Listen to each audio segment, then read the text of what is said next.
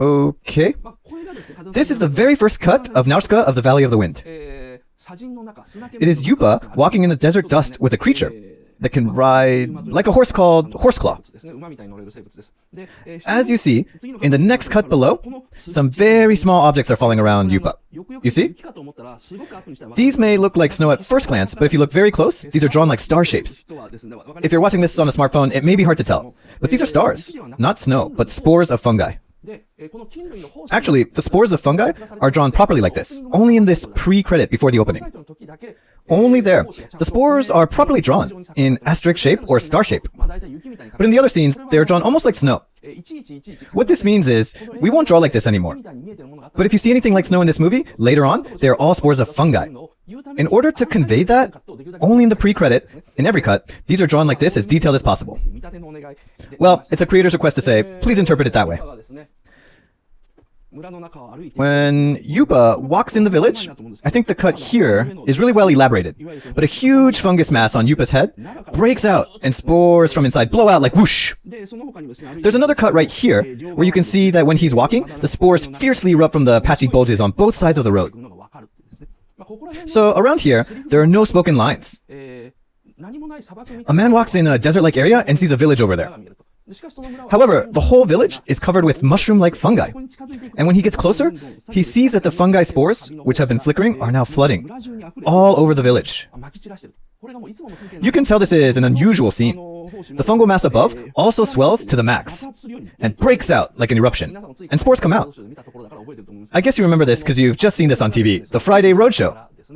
This is an overwhelming power to convey solely with pictures. You can tell this is really an everyday scene in this world. Yupa explores around the village without a word. Then he finds a house and enters it.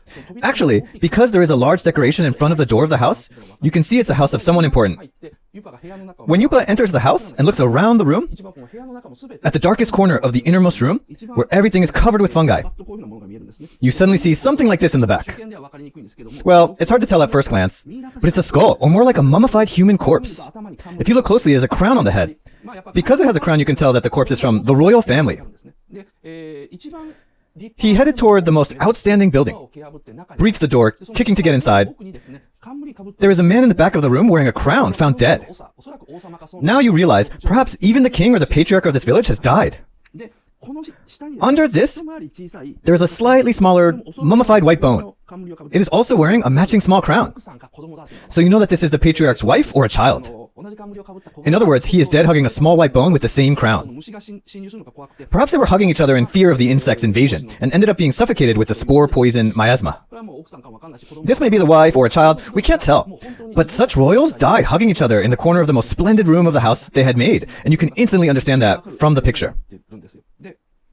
Yupa himself also stays, completely silent before them.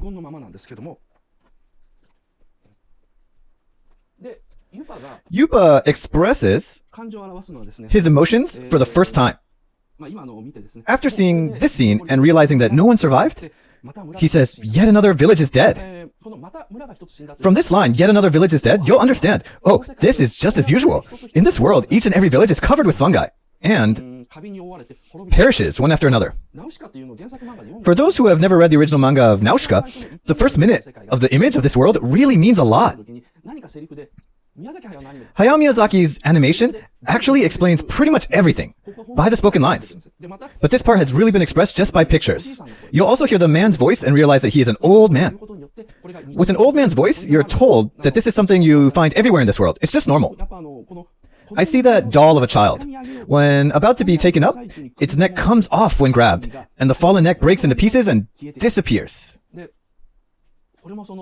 And even though this house shouldn't be such an old ruin, the doll quickly shatters, which indicates that things corrupt so quickly in this world. As you see from this doll, you'll find what the patriarch's mummy was holding was probably a girl, his very small princess. So, an ordinary happiness. Having this doll that, well, sorry to say that, but this is a cheap-looking doll. Even this small village with a small princess who has such a cheap doll has been ruined. That means such an ordinary happiness is gone. But for Yupa, the adventure of this world, this is not the first time, but rather a usual thing. Until this point, it has been completely silent, except for scenes of the spores breaking out apart and blowing out. Because of the complete silence, the sound of Yupa kicking off the door and the monologue saying, "Yet another village is dead," sounds quite impressive. Here, the silence is suddenly broken by a terrible and creepy sound like "Gwa, gwa, gwa." Then the scene switches suddenly from the dark room to a clear view like this. Then you see a huge insect flying in the sky. This is the first insect that appears in this movie. It's called Royal Yanma, or giant dragonfly. These were the ones growling out of the complete silence. The growl echoes and the insects fly around. Then in the next cut, a swarm of Royal Yanma is swirling around the windmill. Now, Yupa says, "Let's go. Soon this place too will be consumed by the toxic jungle," looking up at the insects with despair. This part so far is the pre-credit, or the part before the title. The toxic jungle and the insects are depicted as absolute evil at this point. They are evil and they threaten humans. So, the plot of the movie is that the world of insects and fungi, which we see at the beginning, seem to be absolute evil that ruins small, happy world we'd all want to protect. However, at the end of the movie, we somehow can no longer see that world as absolute evil. On the contrary, for some reasons, the world of fungi and insects even seem beautiful. This way, the viewer's mind is completely changed. That's the plot of this movie. That's Nausicaa, the Valley of the Wind. At this point, Yupa, once again, walks into the desert, covered in despair, and here you go. The history of this world is told. 1,000 years have passed since the collapse of industrialized civilization.